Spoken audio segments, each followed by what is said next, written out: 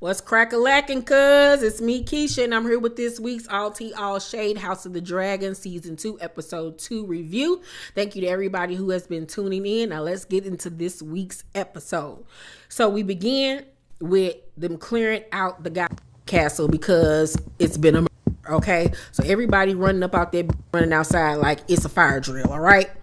Aegon is in the room tearing up. He is in his father's old war room or whatever it was up with a bat and that whole little town figure of King's Landing that he made. Baby, he tore that up. As he should. His child was just unalived. So Alicent tells her father she believes that the gods are punishing her for all the fucked up shit she done did. And I was like, he is. He most certainly is, bitch. Because he's most certainly paying back for all the dirt you've done. But her father is like, no, it's not true, Alicent, it's not. Aegon and the rest of the henchmen, Alicent, Otto, and Kristen are all in the conference room. And he asks Kristen, where the f*** was you at when all this was going down? And he was like, in my slumber, sir. He was like, sleep, bitch. That's what you was doing, sleeping? If you would have been on guard protecting my family, none of this shit would have happened. And of course he feels guilty because he's lying, because he wasn't asleep. He was body rocking, knocking the boots with your mama, all right? So Alicent and him looking like fuck, like they feel guilty because they shouldn't be fucking each other in the first place. It's a sin. He breaking the rules and so is she. And Laenor limp his ass in there and says that they caught a gold cloak with the boy's head. So Aegon was like, bet, let me go kill this. All right. And Lord Jasper jumps in and reminds Aegon they might have another traitor amongst them and get questions out of him first. Like, we need to question him first before we just go on, unaliving folks. Aegon looks at the black man, the only black man in there, like, is it you? And I was like, oh, you Trump supporter, you. The only black person in the room, and you gonna single him out as a traitor when it's your crack ass mama and your lousy ass security guard. You. When him and Alicent are alone, Sir Otto suggests that they parade Jaharis around town so that the townspeople can see what Ray did. All right. And Alicent was like, oh, that's tacky. Like, we not doing that. Like, no. He was like, no, we need this so they can see what she did and we can gain favor. And on top of that, I think that you and Helena need to ride along with him. She was like, no, we're not doing it. He was like, look, I'm telling you, we need to do this. I need you to do this. We need this in this war. We need the people behind us. So she obliges and she goes to Helena, who is still fucked up over everything that's happened, and tells her what they got to do. And Helena was like, I don't want to do that. Okay. Like, no. And her mama was like, Helena, about last night. She was like, here, I made this for my son. Cause remember in last week's episode when she was in there, crocheting and she, she was making a blanket, but little did she know she was making the blanket that her son would be buried in. Oh, and so when her mama was like, about last night, she was like, here, this is for my son. Like, I ain't trying to talk about that right now. I don't give a fuck about that. Go on with that shit now, mama. Nah, I done lost my child. That don't you understand? I don't give a fuck been over there you down. You got me over here dicking my brother down. What's going on up in this damn hellhole? So Laenor goes to the dungeon, honey, to torture Blood. And he quickly snitches on Daemon and Cheese. He was like, it's a rat keeper. This little mother, like, it wasn't just me. Don't kill me. Damn it. And he was like, oh, I ain't gonna do it. I ain't gonna do it at all. So Alicent and Helena do the funeral procession out in the streets, child. And everybody is just a mess. Everybody like, oh, Lord, Jairus. Oh, Jesus, bring him back, Lord. Bring him back. He too young. He ain't do nothing to nobody, Lord. Jesus ain't do nothing to nobody. You, Ray.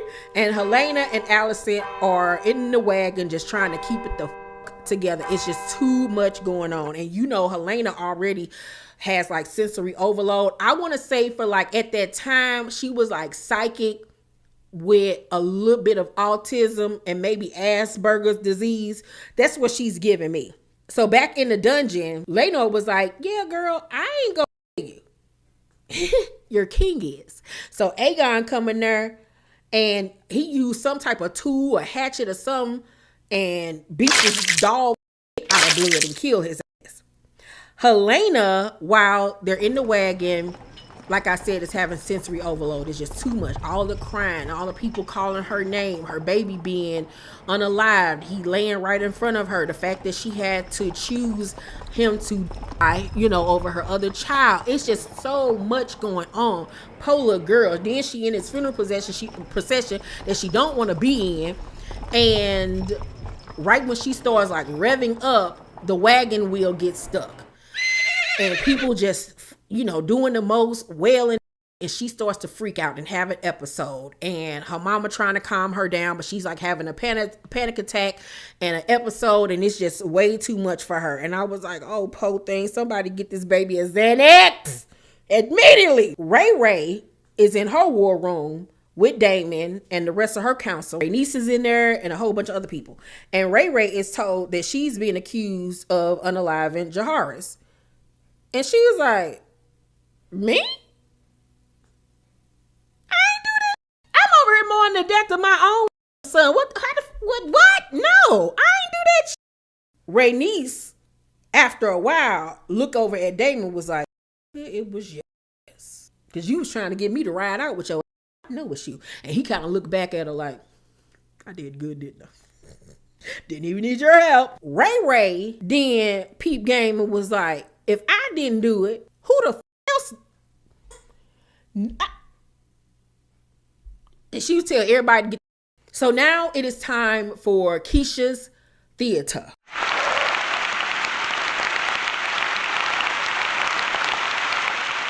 So after she makes everybody leave and it's just her and Damon, and she looking at him like,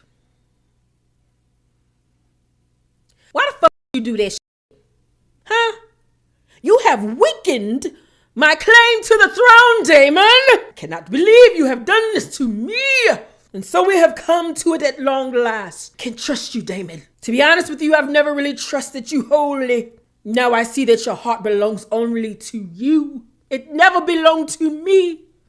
And when I was a child, I took that as a challenge, but I am a grown woman now and I stand on business. And I don't want you. I don't want you no more. I have served you faithfully, Rhaenyra. Have you?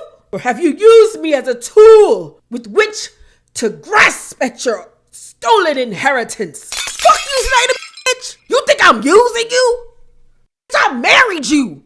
I got kids with you and you think I'm using you? Yes, I do, Damon. I do. And you can get the fuck up out my face too. Now, do you accept me as your ruler? Look.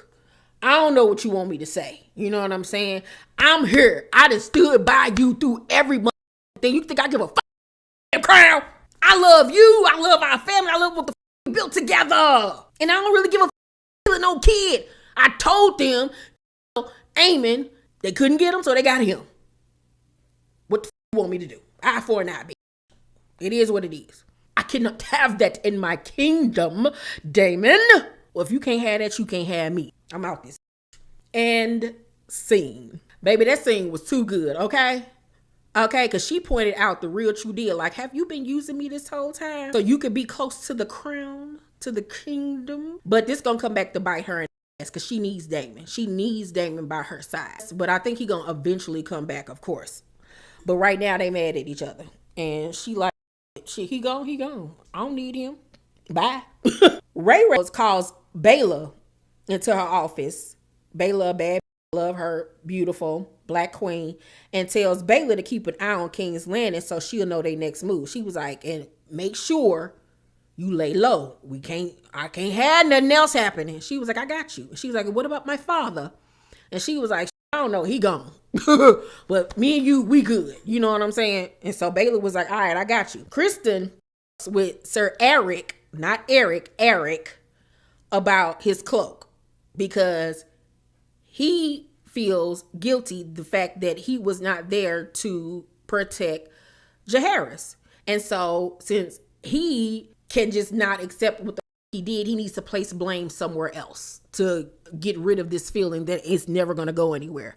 Because him and Alicent are feeling 1000% guilty for what happened. Because if they wouldn't have been that little boy wouldn't have been. So he started fucking with Ser Eric about his cloak and tell him that he got to keep it clean and this, that, and the third. He was like, I'm eating my lunch right now, but I'll go and handle it. So when he about to get up and go and handle it, he started fucking with him again and tell him it's his fault that Jaehaerys is dead.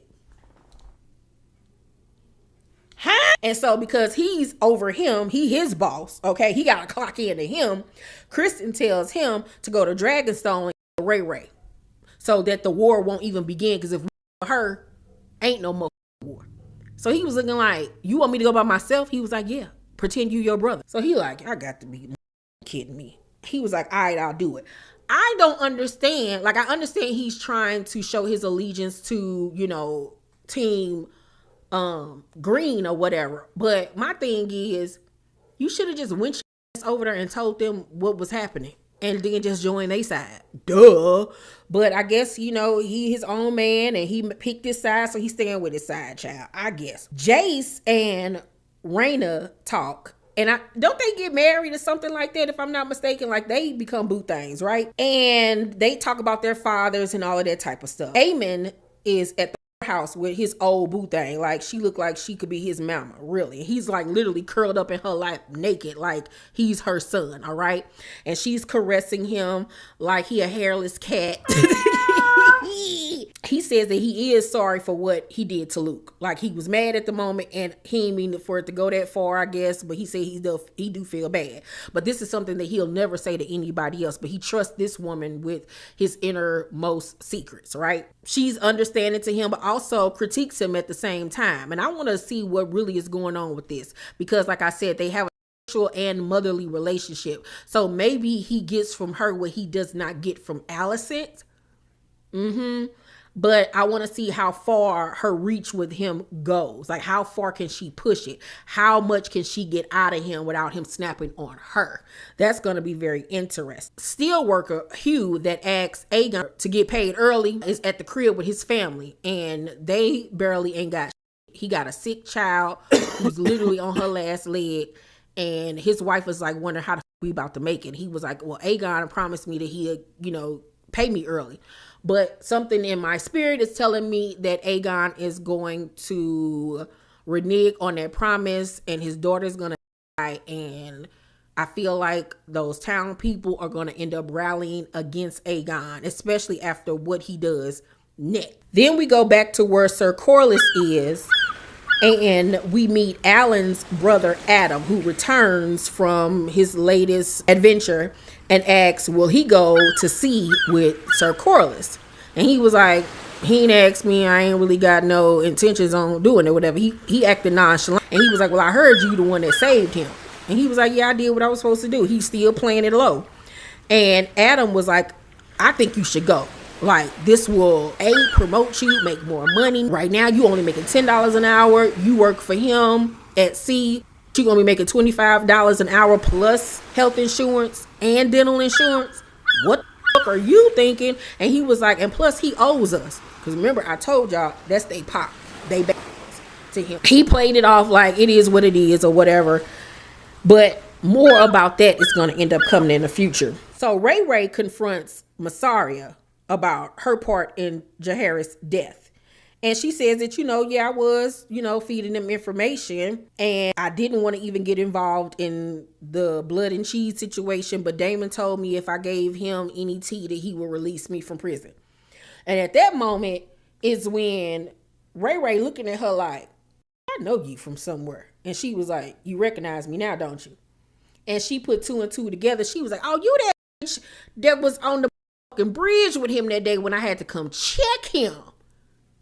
You his old boo thing. You was pregnant by him, wasn't you? She was like, yeah, but like other things, he was not there for me. Like, he ain't there for me right now. And they basically have a woman. and realize, you know what, girl, ain't no reason for us to have no tea and shade with each other. That mother problem, all right? Then the next thing we see down in the town, all the rat catchers, including Cheese, have been hung to death in the middle of the town. You got their mamas, their wives, their sisters, their brothers, their cousins, all in the streets, just boohoo crying. Everybody like, what in the fuck? Because you killed the person that did it plus innocent people, and for what? Baby Otto came in that damn room a cussing. He was like, what the fuck did your dumb ass do? What the fuck were you thinking? About what, Grandpa? Oh, about the rat catchers? Oh, yeah. I had them. Wasn't it a delight? No! It was stupid. And then here go Kriston talking about, you need to watch how you're talking to the king. Baby. Oh, whoa, whoa, whoa, whoa. Oh, whoa, whoa, whoa, whoa. Baby, if I was Otto, I would have slapped the shit out of Sir Kristen and be like, who the fuck are you talking to? This is my grandson before he a king. Mind your business. I'm sick of you. They should have got rid of his ass a long time ago, but that's your fault. Otto says that they've lost the people's favor after this incident. Like, I just got their favor with the funeral, and now you have fucked up all of my plans, all of my hard work with this careless idea. Like, we need to act. Sir Kristen has acted. What the fuck is the problem? Father was right about you. That's why he didn't want your throne, because like this, he knew that your was not prepared for this. He made me king, though. Oh, is that what you think? Oh, is that really what you think? Oh, isn't that cute? So as he's going to walk out, Aegon said, take your badge off. You wouldn't dare. I do dare. Indeed. You know what? You ain't got time for this shit. I've been working for 60 years, okay? It's time for me to fucking retire. You want to fire me? You want to fire me? Okay, you can take this little badge back. I don't need you think you so much clever, but without a strong hand, you won't make it. Give it to Cole. Baby, Otto didn't know what to do with himself because he was looking like, we done fucked up. And I was like, see, that's what you get. Because y'all should have listened to Viserys. Y'all should have listened to him and just let Ray be queen. And y'all wouldn't be going through none of this. But you was so thirsty and power hungry that y'all was willing to sacrifice and do anything. And now look, y'all done made a mess of things. So Ray releases Mysaria from the dungeons. And as she's trying to catch the bus back to Westeros, she spots Sir Eric walking with the other guards. But she knows the difference between Sir Eric and Sir Eric. Okay? So she was like, excuse me, to one of the guardsmen that was leading her to the bus station. And she hips them to what's going on. One of the guards on the inside think that he's Sir Eric.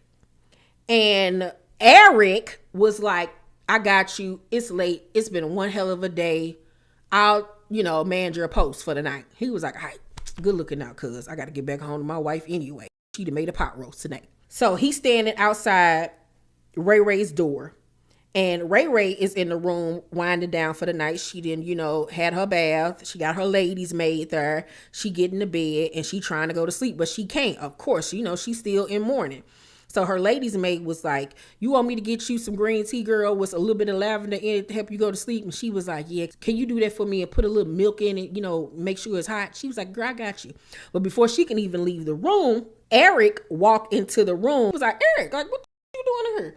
And he was like, sorry, girl, I ain't want to have to do this. So at first she was like, what the is going on? Like, why is Sir Eric trying to kill me? But then it dawns on her that that's not Eric, that's Eric. So she immediately draw back, like, what the am I gonna do? Now, in this scene, I thought that they would have had Ray be a little bit more tough because she was tough as a child. You know what I'm saying? I thought that she would have at least throughout the years learned how to do a little something, but they just had her being a little weak. So right before he can even get to her, Sir Eric walked in the room, was like, brother, no, drop your sword. And they get the battering. And he was like, look, I got to do it. And so he goes to swipe at Ray Ray, but Sir Eric stopped so they get the sword fighting, right? Ray Ray tells her lady's maid to go get Sir Lawrence. And the girl run out the room. Instead of her ass trying to run behind her, she goes the opposite way and runs behind a post. While they battling it out, Eric tries to swipe at her again, and Eric saves her life, but she ends up falling back into like one of the columns, and it breaks and everything. And Sir Lawrence at this point runs into the room and grabs her. He was like, which one is Sir Eric? And she like, I don't know. Eric got his brother Sir Eric on the ground, choking the life out of him. And he's trying to, he was like, I don't want to do this. Like, you chose the wrong side. You should have chose the right side. And he like crying and shit. Next thing you know, Eric take his hand and digs into an open gash in his thigh. And he was like, ah! And he fall back, right? So as he fall back, he's like, and so he's crawling against the floor, trying to reach his sword. And at this point, Ray Ray walking closer to him, he grabs the sword, and right when he's about to get up to finish his brother off, Sir Eric takes his sword and sticks it right through his stomach and kills him. And Eric falls out on the floor dead.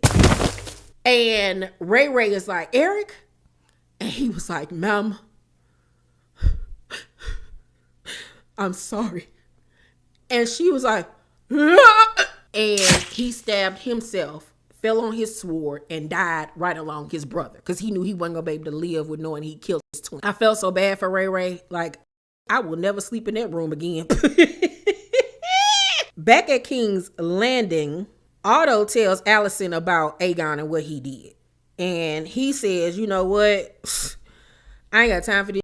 I'm about to go be with your other son, Darren, who can help us out with this war that's about to ensue. And she was like, no, don't go there. Go to the Tyrells because their bannermen are wavering. And she was like, I'll speak to Aegon while you gone. And hopefully by the time you get back, I'd have, wrangled him back in because, of course, she hasn't told him that she Kristen and that she got Sir Kristen's ear.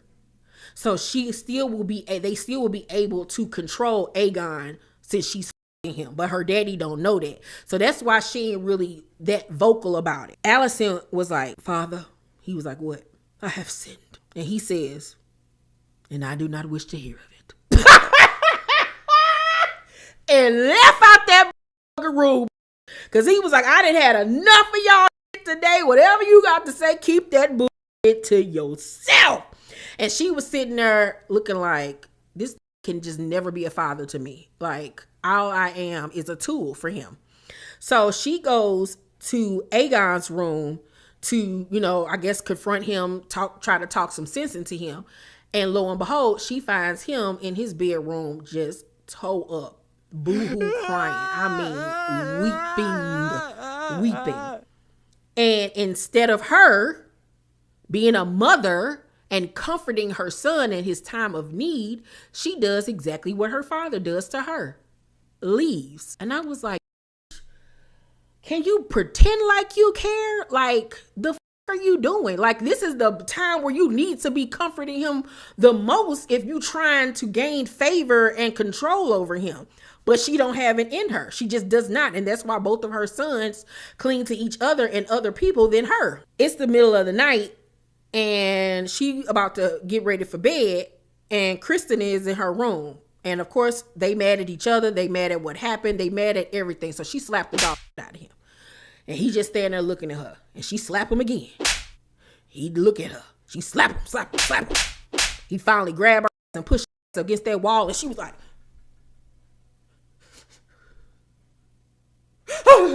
and then they get the tongue kiss. And he put his hand up underneath her dressing gown and get to playing with that little cootie cat. And baby, they got the and I was like, this is what got y'all in trouble in the first place. Y'all ain't learned. And they hate each other. And then it go off. Baby, episode 2 was way better than episode 1. Episode 1 was a great episode. Don't get me wrong. But episode 2 was excellent from beginning to end. Baby, we are on a roll at this point. All right. Loved it. Y'all let me know what y'all thought about this episode down below in the comment section. Let's talk about it. Share this video with your family and friends so we can get more viewers over here for these House of the Dragon reviews. Share it with your co-workers. Give them a good laugh. Please also make sure to subscribe to my channel if you have not. Thumbs up this video and turn on your post notifications so you know when my videos drop. I love you guys, and I will see you Monday when I return from vacation. Love you guys. Bye.